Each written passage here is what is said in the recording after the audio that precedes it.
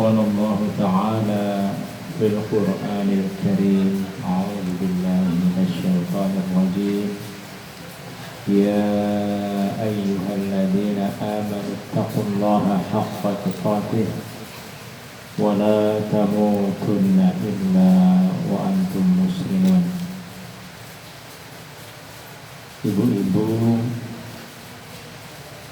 dan bapak-bapak, bapaknya bisa ini yang dirahmati Allah Subhanahu wa Ta'ala. Alhamdulillah ini tambah bapak-bapaknya. Monggo. Waalaikumsalam warahmatullahi wabarakatuh.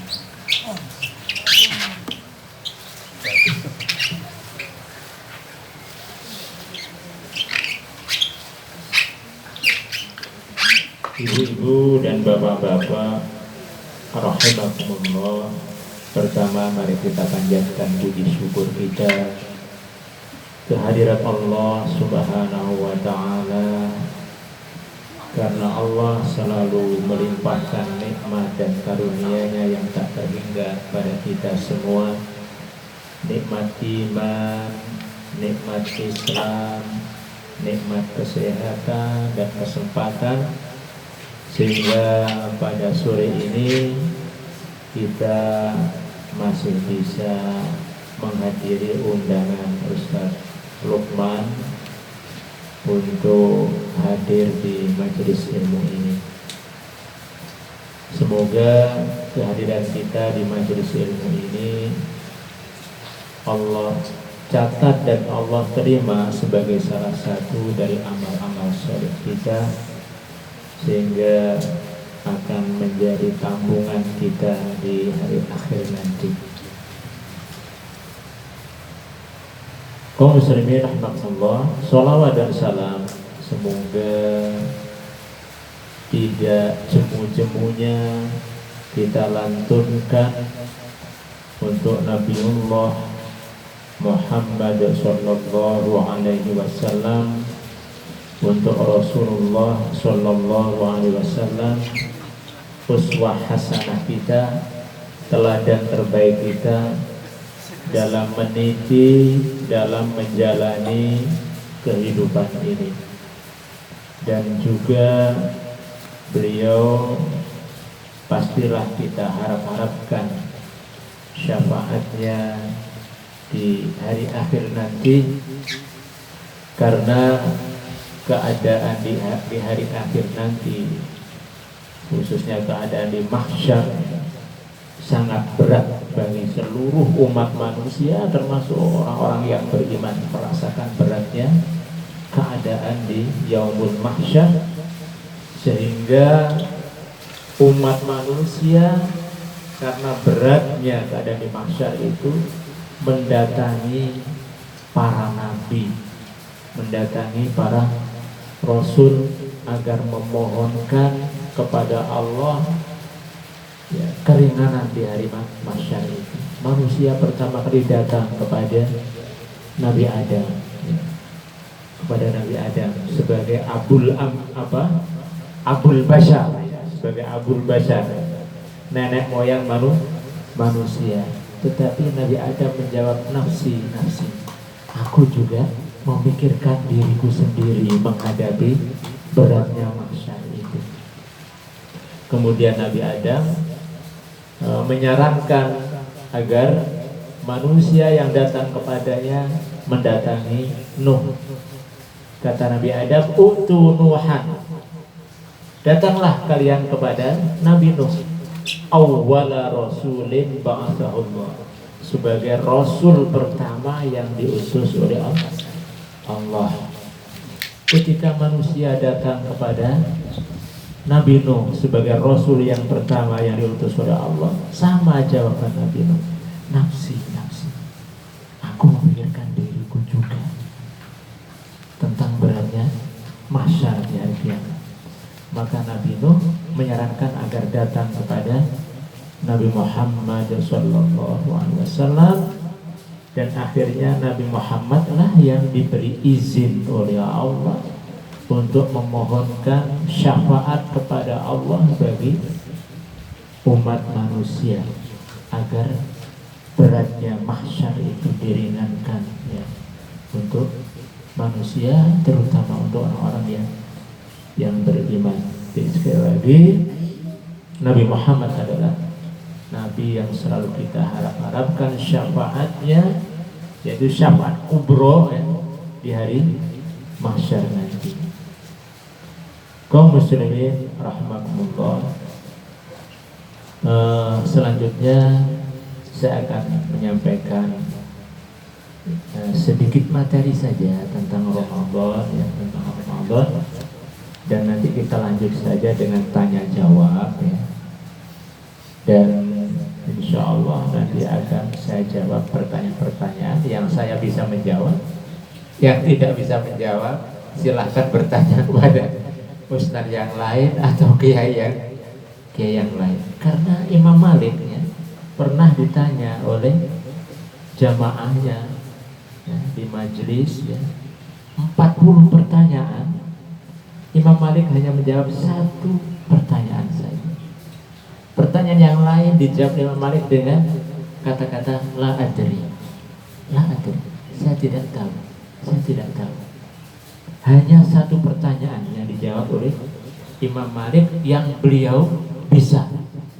Yang lain yang nggak bisa, beliau berterus terang, la adri, saya tidak tahu.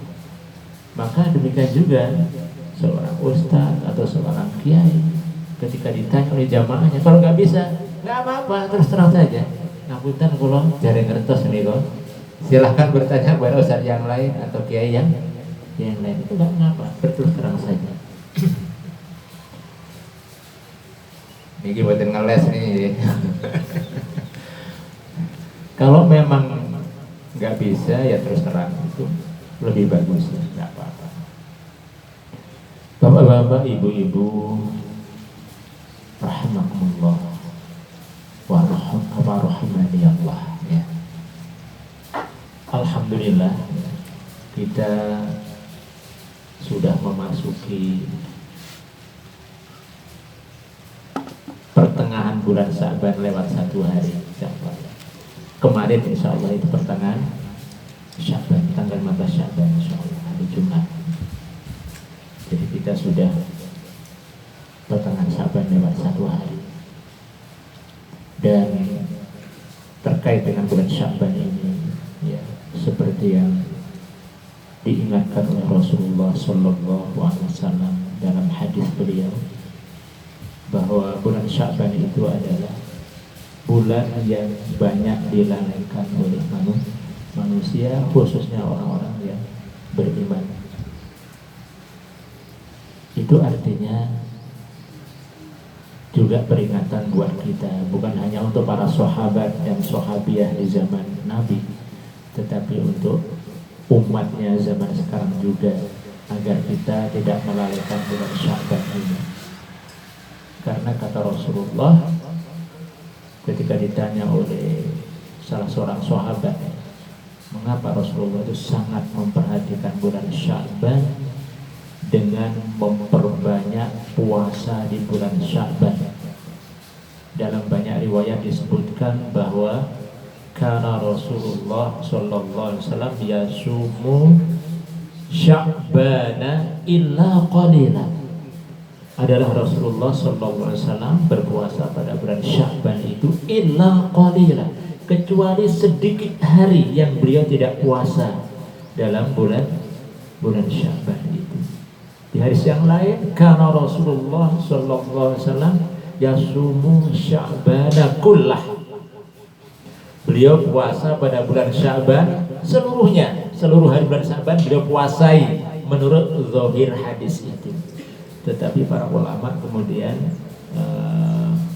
menjamak ya, mengkompromikan ya, antara hadis-hadis yang nampaknya berbeda itu, bahwa yang dimaksud yasumu Sya'bana kullah itu adalah beliau berpuasa pada sebagian besar dari hari-hari bulan Sya'ban. Karena orang Arab juga biasa berkata, kalau ada seseorang mengerjakan sesuatu hampir sepenuhnya, belum selesai sepenuhnya, itu biasa orang Arab mengatakan seseorang itu sudah menyelesaikan seluruhnya, begitu. Maka kalimat yasumu sya'bana kullah itu juga ditakwil atau ditafsiri seperti itu, biar hadis-hadis sahih terkait bulan Sya'ban itu bisa terpakai semuanya. Karena kata Aisyah, ya, istri Rasulullah SAW, kata beliau, kata ibunda Aisyah, bahwa Rasulullah itu tidak pernah berpuasa penuh sebulan kecuali pada bulan Ramadan saja. Dan Aisyah menegaskan, aku tidak pernah melihat Rasulullah berpuasa penuh kecuali di bulan Ramadan, dan tidak pernah melihat bulan-bulan yang lain dipuasai lebih banyak oleh Rasulullah kecuali di bulan Sya'ban. Ibnu Abbas juga mengatakan, aku tidak pernah melihat Rasulullah berpuasa penuh di bulan Sya'ban. Maka kesimpulannya bahwa Rasulullah itu berpuasa di mayoritas hari-hari bulan Sya'ban, kecuali sedikit saja itu yang mungkin sehari sampai 3 hari yang beliau nggak berpuasa, sehari atau sampai 3 hari yang beliau tidak berpuasa di bulan Sya'ban itu. Meskipun Syekh bin Baz punya pendapat lain, ya.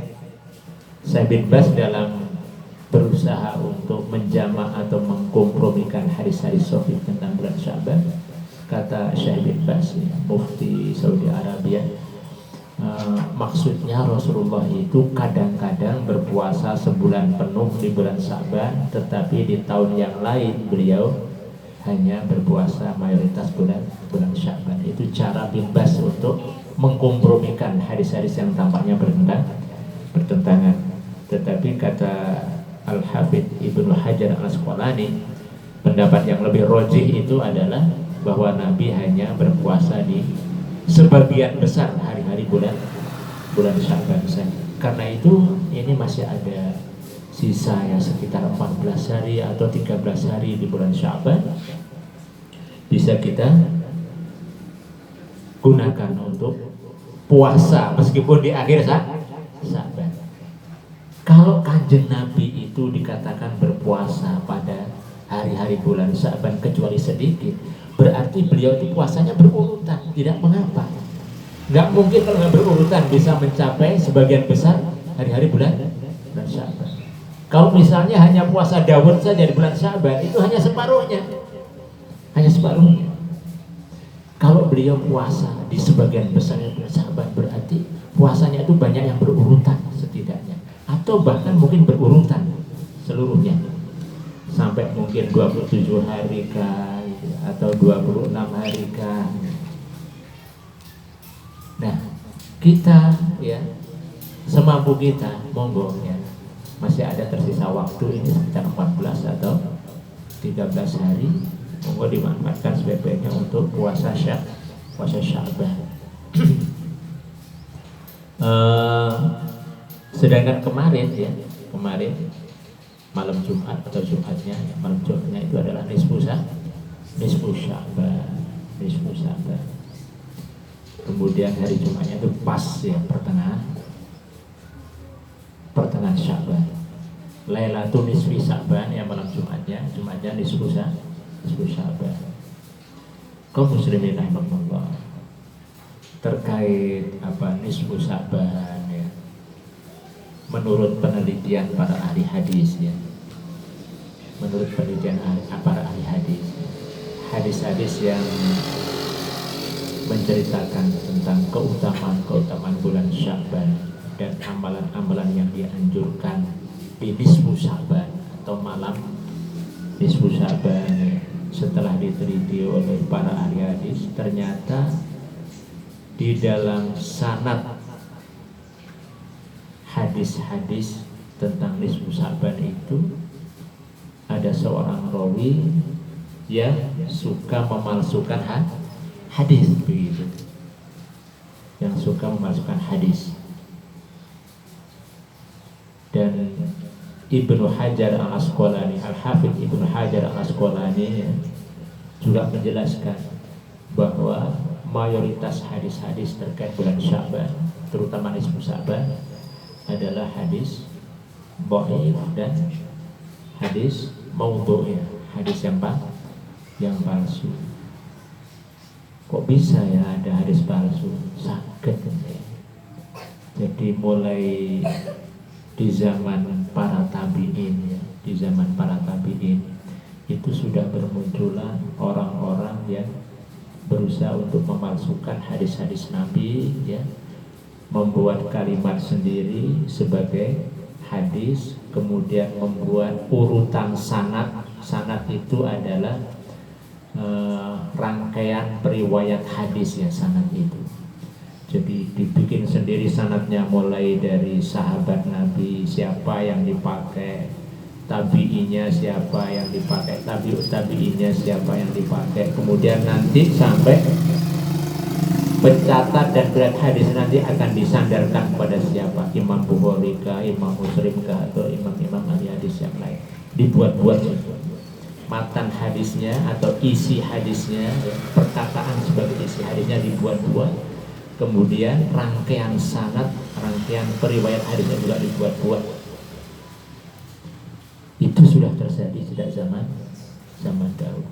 Bahkan ada salah seorang pemalsu hadis, ya, pemalsu hadis yang akhirnya dihukum salib karena ketahuan memalsukan banyak hadis di atas namakan Nabi, di atas namakan Nabi, sampai dihukum salib, insyaallah di zaman Khalifah Umar, insyaallah, sampai dihukum salib, dijatuhi hukuman mati, ya, karena memalsukan ajaran Islam, ya, memalsukan sabda-sabda Nabi.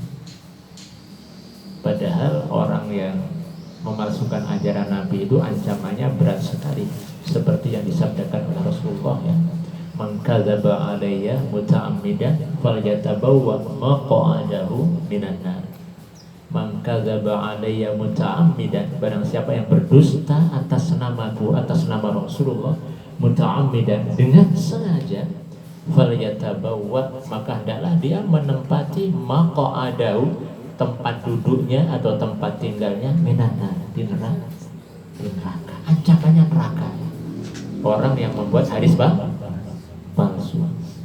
Tetapi ada saja, ya, dari orang-orang munafik, ya, atau orang-orang zindik, gitu, ya, kafir zindik, gitu, yang berusaha merusak agama Islam dengan membuat hadis-hadis palsu. Kadang-kadang yang membuat hadis palsu itu bukan orang kafir, bukan orang munafik, tetapi kadang-kadang orang-orang soleh, ya, orang-orang soleh yang ingin kaum muslimin itu gemar melakukan amal-amal soleh, sehingga dibuat hadis-hadis tentang fadhailul a'mal, keutamaan amalan-amalan tertentu. Barang siapa melakukan ini maka fadilahnya akan begini. Dan itu terjadi di zaman dahulu. Ketika ulama yang lain mengetahui bahwa seorang yang soleh ternyata membuat hadis, dipanggil dan ditanya, kenapa kamu membuat hadis atas nama Nabi? Aku ingin kaum muslimin gemar melakukan amal-amal soleh. Diingatkan, itu cara yang tidak benar,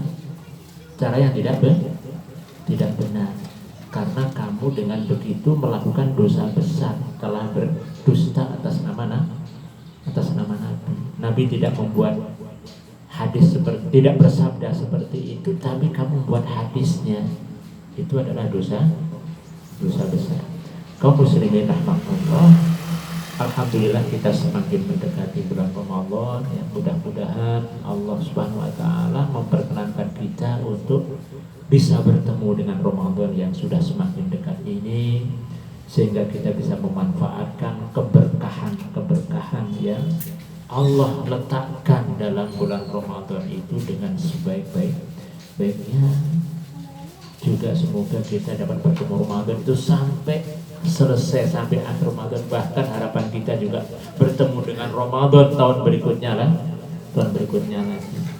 Kalau sampai akhir Ramadan berarti kita masih bertemu dengan hari-hari 10 hari terakhir di bulan Ramadan yang di situ ada Lailatul Qadar ya. Lailatul Qadar, malam kemuliaan, yang mana pada malam kemuliaan itu amal ibadah yang kita lakukan di malam itu pahalanya akan lebih baik daripada amal ibadah di bulan yang lain yang kita lakukan 1000 bulan. Kita sholat malam pada waktu bertepatan dengan Lailatul Qadar, maka sholat malam kita yang cuma semalam itu akan lebih baik daripada sholat malam yang dilakukan selama 1000 bulan di bulan-bulan yang lain. Kita membaca Al-Quran selembar saja bertepatan dengan Lailatul Qadar, maka lebih baik daripada 1000 lembar yang dibaca di bulan-bulan yang lain di luar Lailatul Qadar. Itu sungguh satu karunia yang sangat luar biasa dari Allah Subhanahu wa taala, sehingga nilai umur kita itu akan semakin panjang nilainya ya. Kalau kita bisa beramal soleh ya, sebaik-baiknya dari awal Ramadan sampai akhir Ramadan, sampai malam-malam akhir Ramadan itu kita penuhi dengan amal-amal soleh, maka akan sangat luar biasa keberkahannya, keutamaannya.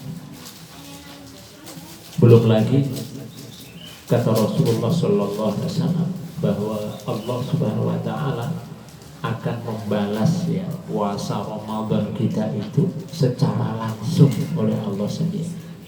Balasannya akan diberikan oleh Allah secara langsung. Itu juga keutamaan yang lain dari bulan Ramadan atau puasa Ramadan. Kaum muslimin Allah, nampaknya saya tidak perlu berpanjang lebar ya tentang Ramadan ini. Berikutnya adalah waktu untuk tanya jawab saja ya. Waktu untuk tanya jawab saja ya, dengan catatan pertanyaan yang saya mampu menjawabnya akan saya jawab ya. Sedangkan pertanyaan-pertanyaan yang saya belum mampu menjawabnya, monggo dipersilahkan bertanya kepada Pak Kiai yang lain ya, atau ustaz-ustaz yang lainnya.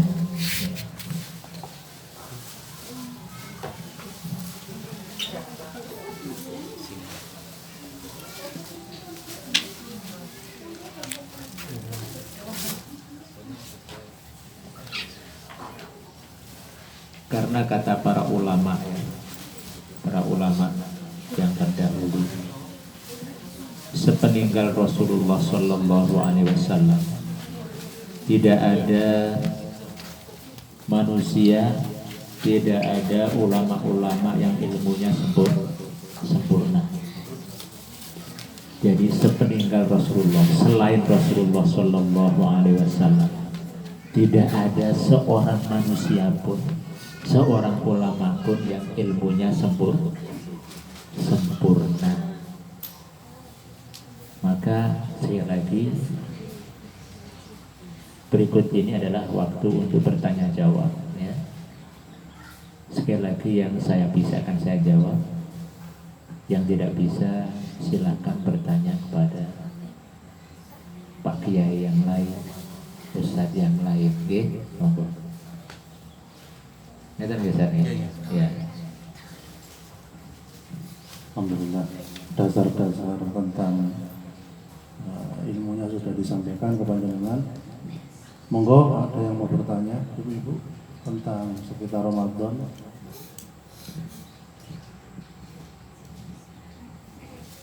Monggo, langsung mawon saged.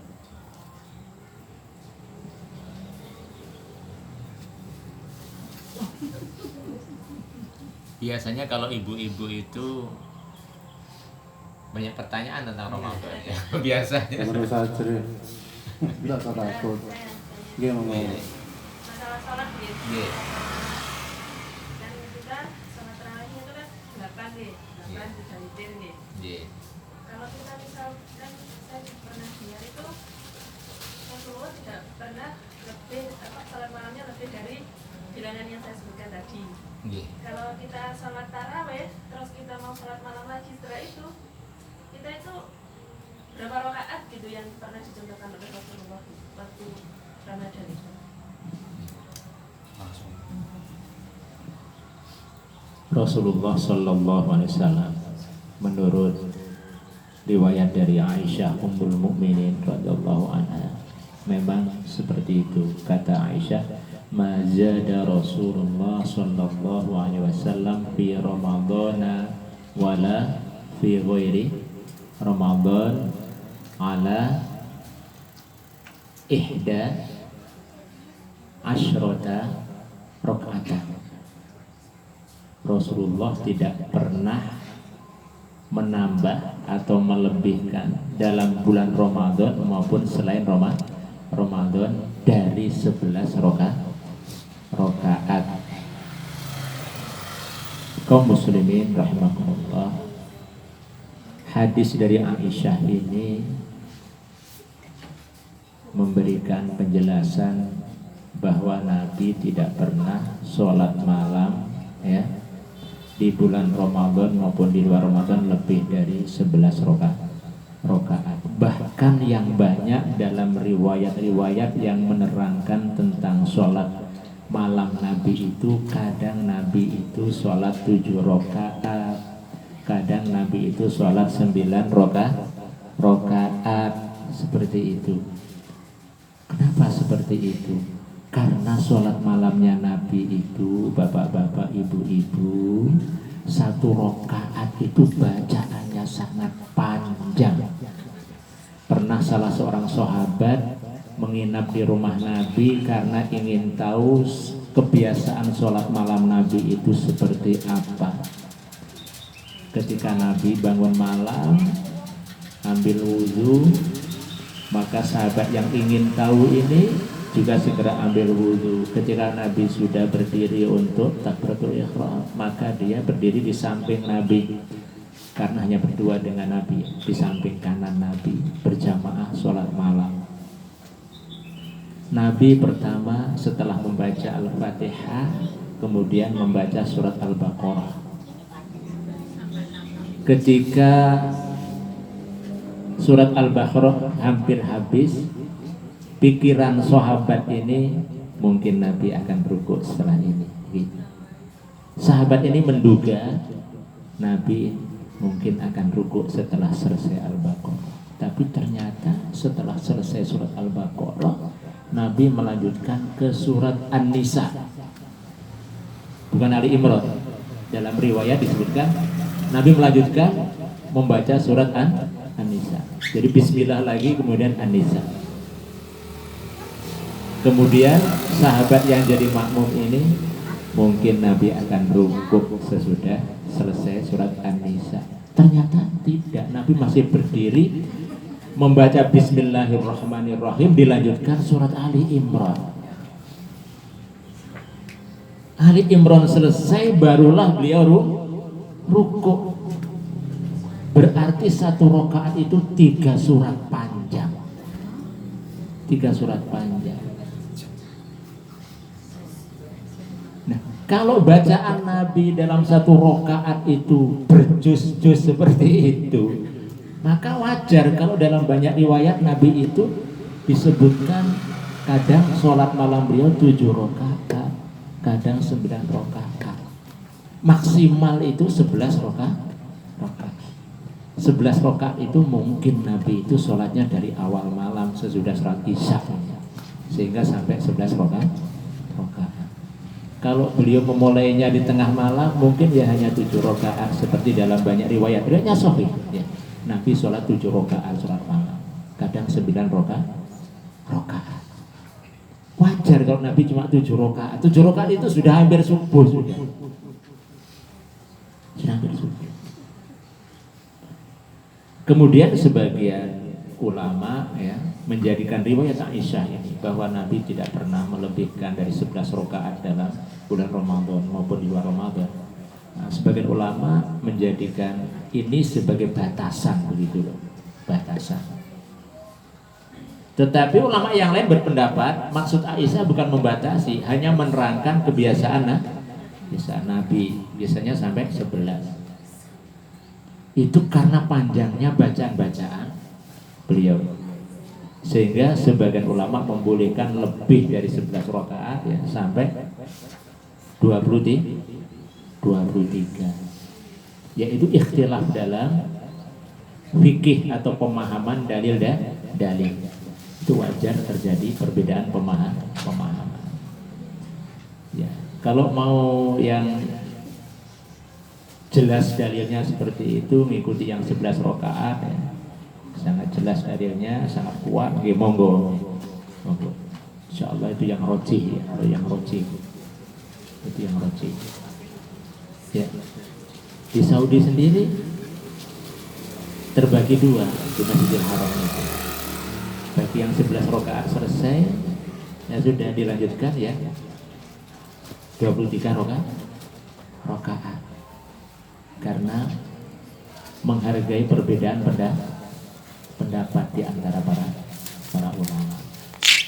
Monggo yang mau sampai 23 rakaat ya, monggo. Tetapi harus diingat bahwa sholat kita itu wajib kita lakukan dengan tumaknina, dengan khusyuk ya, dengan khusyuk ya. Gak boleh kita sholat itu dengan ngebut seperti kata Nabi, seperti burung mematuk makanan, seperti burung mematuk makanan. Sujudnya itu seperti burung mematuk makanan. Itu tidak boleh, tidak boleh. Pernah di zaman Rasulullah Sallallahu Alaihi Wasallam ya, disebutkan dalam Sahih Bukhari dan kitab-kitab yang lain, ada salah seorang sahabat itu yang sholatnya sangat cepat.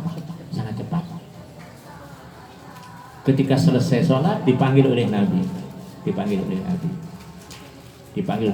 setelah menghadap Nabi bersabda, "Sholli fa innaka lam tusolli." Sholat lagi engkau, karena engkau itu belum sholat. Artinya sholat yang cepat itu tidak sah. Dianggap belum sholat oleh orang itu oleh Nabi, berarti sholatnya yang cepat itu tidak sah, batal sholat. Kemudian orang itu sholat lagi, tetapi masih dengan cepat. Dipanggil lagi oleh Nabi. Setelah dipanggil mendekat, Nabi memerintahkan, "Sholli fa innaka lam tusolli." Sholat lagi engkau, karena engkau itu belum sholat, nggak sah sholatmu itu. Lalu sholat lagi yang ketiga kalinya. Yang ketiga masih cepat juga. Dipanggil lagi untuk yang ketiga kalinya oleh Nabi, "Sholli fa innaka lam tusolli."